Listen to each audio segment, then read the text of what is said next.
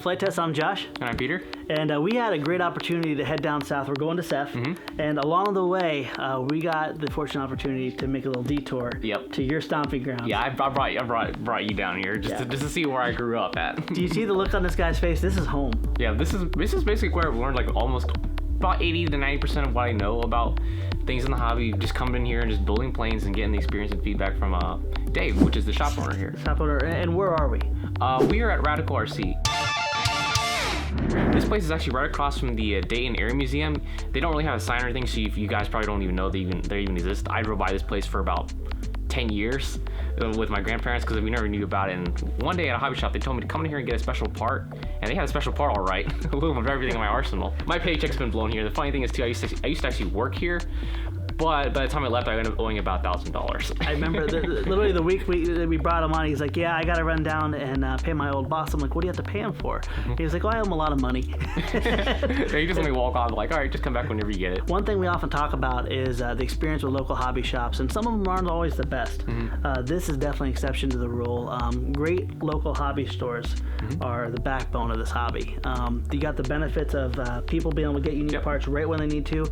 We were just talking to Dick behind the counter, and people come in, they have a plane that won't fly well, he'll tune it out for them, we'll get them in the air. So learning to get in the hobby, it's a lot quicker. Yeah, if you have someone to walk you through it. I mean, we try to do the best we can with the videos and all that, but sometimes it's just, you have it here, you can just switch the plugs around, plug it in right for him because he did something wrong, and it's always much easier if you just have just a friend or someone just to help you along the way. Not just saying, here's a box solution for you, but here, let me help you get into the hobby, let me help you put the plane together, let me help you tune it, and that's just the key thing. Is, that's one thing I really miss about certain hobby shops and certain people, because most people, they bring you in for the first sale and then they kick you out, and you can't bring it back in for any help whatsoever, and that drives me nuts about some hobby shops. Like, oh, there's a problem with your airplane?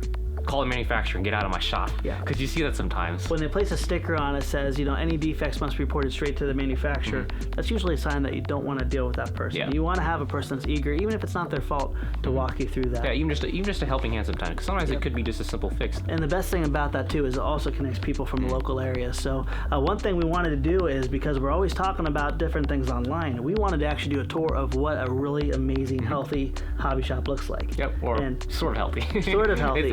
It hasn't been too good for hobby shops from like all over lately, from what I've been hearing. It's been difficult, and frankly we want to change that, because what your boss has done is he really takes a healthy look at the hobby. He brings in things that help people build, help people design. Matter of fact, I'm building a monstrous speedster with a different kind of wing we're going to be revealing later. We need a prop for that.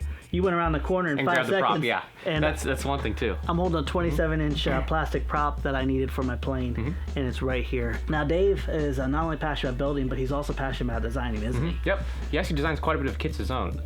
If you guys are aware of Steven's Aero model, Dave builds models very similar to that. Okay. They're very, very interlocking. They're balsa, so they're a little old school-ish, but with some new school add-ons and flares to them. And one thing I think is exceptional, he said he builds like Steven Aero models. He actually sells them too here, so he's not just about his own design. Yeah, he actually carries competition just to let you guys have the fair choice of whatever you would decide to do. And that's a really healthy mentality. So what we're going to do here is you told me this place would be like home, and I saw you light up, and I can totally see why. This place is absolutely amazing. We're going to go ahead and search some of the shelves, pick out some planes, and then later on we're going to be showing you guys some build tips on building with balsa. I have no idea what I'm doing with balsa, by the way. Well, we'll find out together. A big reason Peter has this amazing talent, and one thing that you guys can't see is behind the scenes, his work ethic. I'm talking about you now, Peter. His efficiency and his knowledge is incredible, and that's a big part from working here. So we're each going to pick out one of his designs, build it, share some techniques, and if you guys are looking down in the descriptions, we're going to have links to those as well too.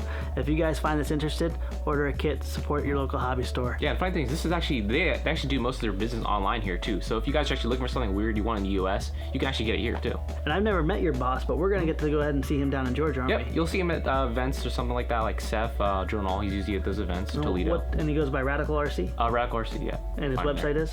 RadicalRC.com. There we go. Fair enough. Friends, we got some shopping to do. We'll see you next time. Yep. See you guys.